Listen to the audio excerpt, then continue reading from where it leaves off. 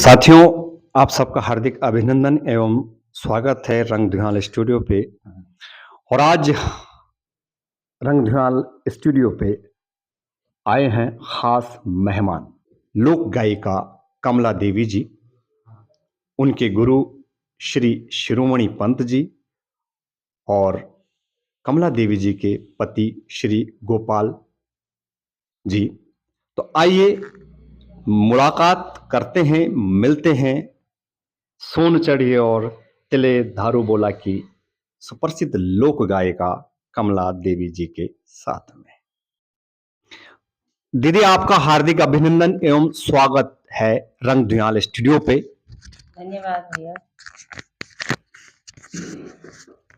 तो दीदी, आज अंतर्राष्ट्रीय ख्याति के व्यक्तित्व आप हो चुके हैं जी, और पहाड़ों से निकलकर आपकी आवाज पूरे भारत, पूरे विश्व में गूंज रही है।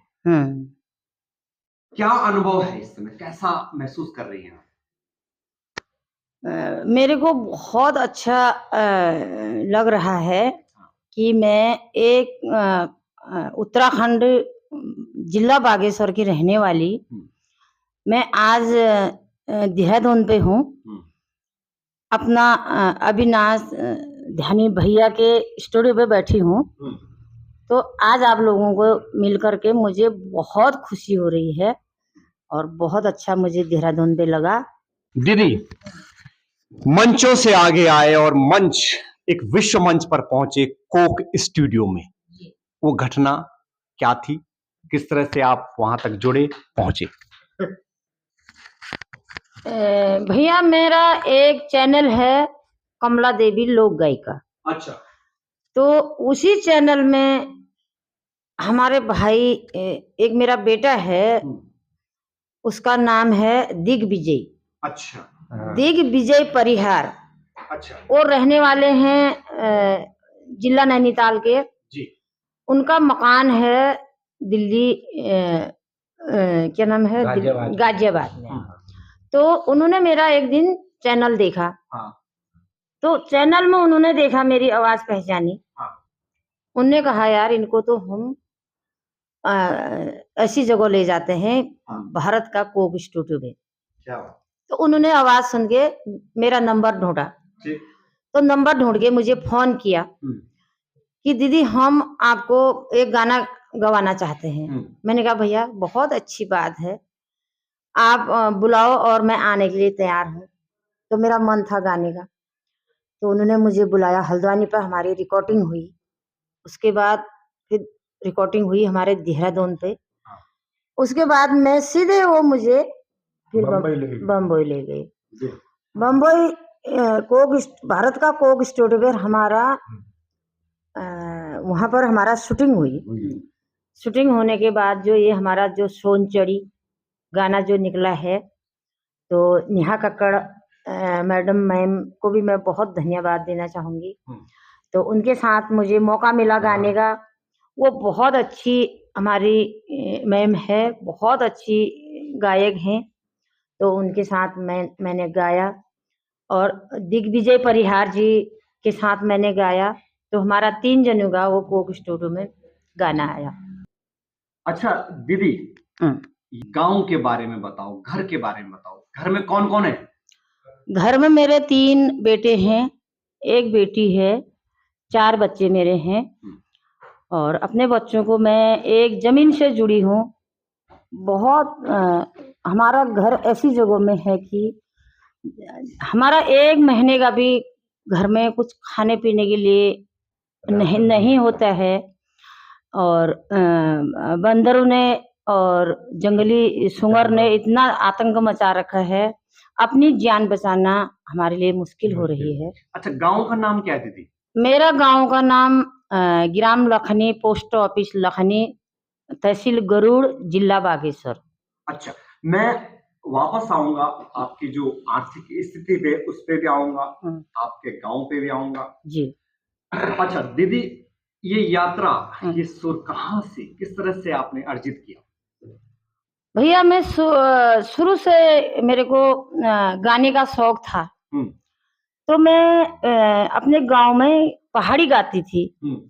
मेरी गांव में क्या चलता है, हमारे उत्तराखंड में न्योली, छपेली, भगनौल, हुड़किया बोल, रजुला मालूसाई।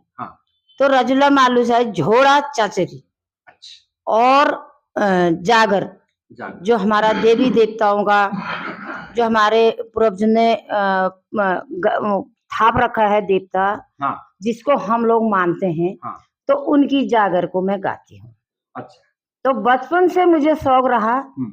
मैं जंगल में घास काटते समय, लकड़ी फाड़ते समय, गोड़ में गाय भैंस पाल रखी, गोबर निकालते समय मैं गाना गाती रही।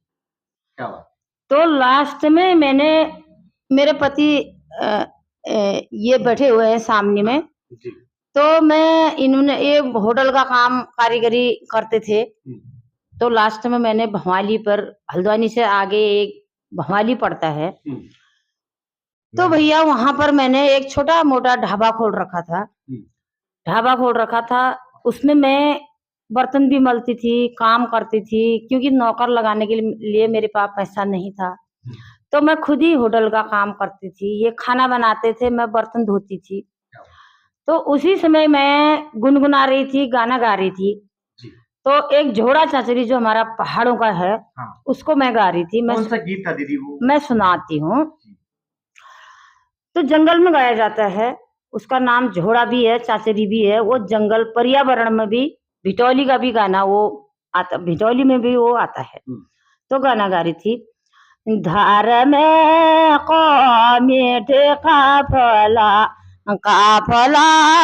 तू पागल कबा चतको में हड़े गोचो कपुआ तू बासल कबा मुरली करलो काफला तू पागल कबा हाणी गे गोली कशी कफुआ तू बासल कबा करी गे घलो काफली तू पाकली कबा। तो भैया मैं ये वाला अपना पहाड़ का गा रही थी जी। तो मेरे होटल में आधा घराक तो खाने के थे, आधा घराक मेरे गानों के थे। अच्छा। मैं गाती थी, बहुत पसंद करते थे लोग। तो आधा घराक आते थे। अच्छा। तो एक दिन की बात है, जो मेरे भाई ये शिरोमणि पंथ जी सामने में मेरे बैठे हुए हैं जी। ये मेरे भाई भी है, गुरु भी है। तो इन्होंने मुझे सुना गीत गाते समय जी। तो इन्होंने सुना, इन्होंने मुझे पहचाना, इन्होंने मेरी आवाज पहचानी जी। तो इन्होंने मुझे पूछा, भाई ने, कि भूली कहाँ की रहने वाली है। पहले दिन की हमारी मुलाकात थी। तो इन्होंने पूछा, मैंने कहा दादी मैं बागेश्वर की रहने वाली हूँ, मैं अपने बच्चों को ये होटल में एक ढाबा में पाल रही हूँ। तो उसके बाद इन्होंने कहा कि कहीं पर कोई मंच में, कोई ड्रामा डिवीजन में कहीं पर आप जाते हो, गाते हो। मेरे मुंह से शब्द वही निकला, मैंने कहा दादी मुझे बहुत शौक थी, लेकिन मुझे मंच दिखाने वाला आज तक कोई पैदा नहीं हुआ। तो भाई ने बोला कि बहना आज से तेरे को मंच मिल गया है। क्या? तो ऐसी भगवान की मेहरबानी रही। तो सबसे पहला मंच मेरा नैनीताल सरदोसा लगता है। तो कुछ ही दिनों में वहां पर सरदोसा का मेला लग गया जी। तो भाई मुझे पकड़ के वहां ले गई, तो मैंने मंच में गाना गाया। तो मेरा गाना था, पराडाना बुरुज फुलीर मेजा कोची मेरी हीरो आईर, पराडाना बुरुज फुलीर मेजा कोची मेरी हीरो आईर। तो भैया मेरे को पहला मंच में बहुत अच्छा लगा, बहुत मेरी आवाज खुल गई। मेरा दिल करा कि मैंने, ऐसा मेरा दिल ने कहा कि मेरे को एक दो गाना और गाने का मौका मिल जाता, खास कितना अच्छा होता है।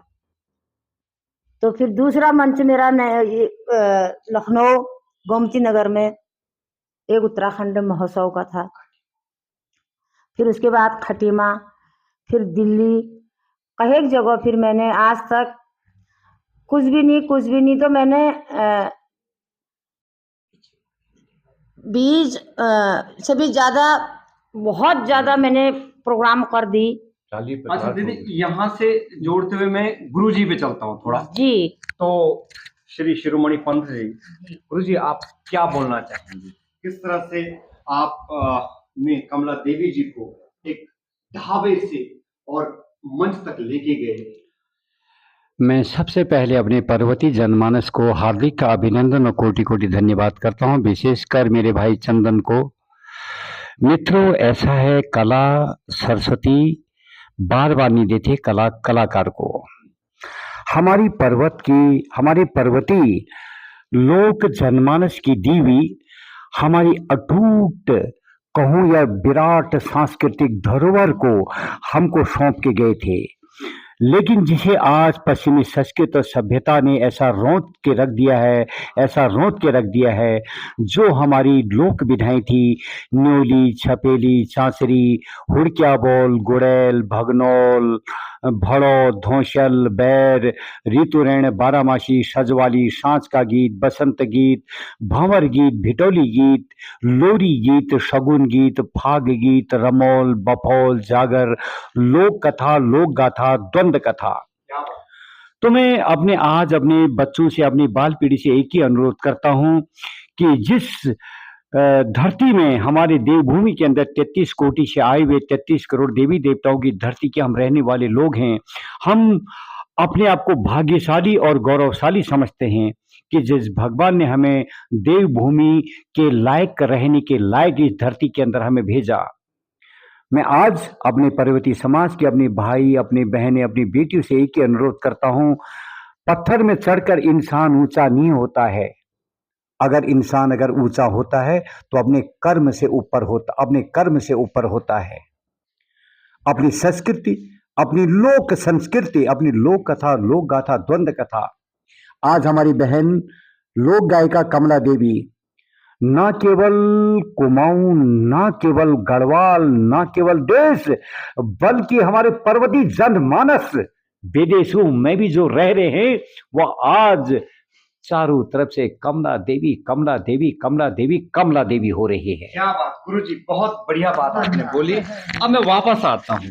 अच्छा दीदी जी, देखिए, कोक स्टूडियो में गीत गाया और अंतर्राष्ट्रीय ख्याति प्राप्त की जी।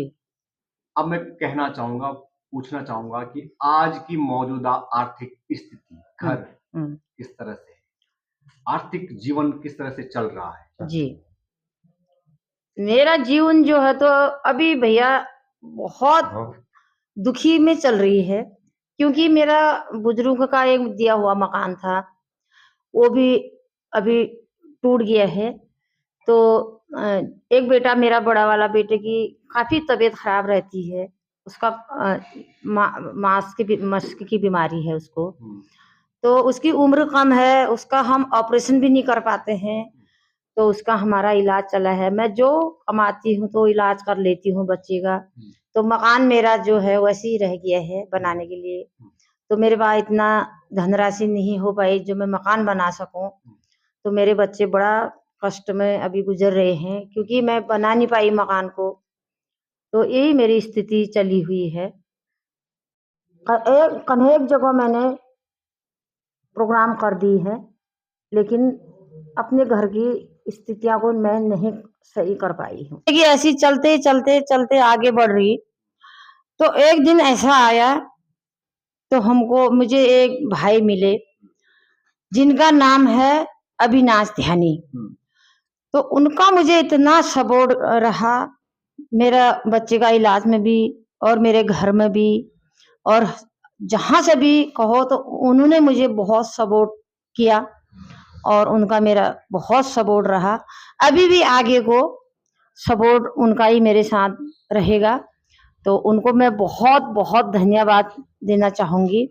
चलो दीदी, सब बढ़िया होगा आपके उज्जवल भविष्य के लिए, और आप सबके उज्जवल भविष्य के लिए ढेर सारी शुभकामनाएं। जी और मैं उम्मीद करता हूं दीदी जी कि सरकार और समाज आपकी बात को और आपके संगीत को सुने और उस पे ध्यान दे। धन्यवाद। जय भारत, जय उत्तराखंड। यहाँ पर थोड़ा सा